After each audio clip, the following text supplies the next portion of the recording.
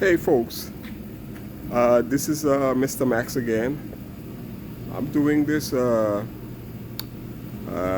Ford, no not Ford, Ram pickup truck.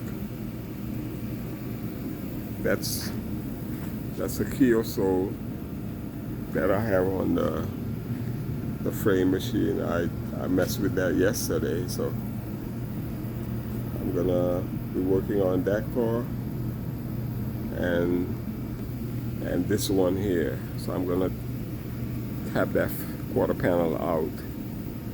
I'm gonna show you guys how I go about repairing this area here.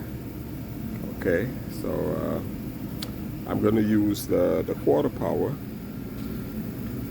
to push that from inside. I'm gonna have the quarter panel in here, push that out.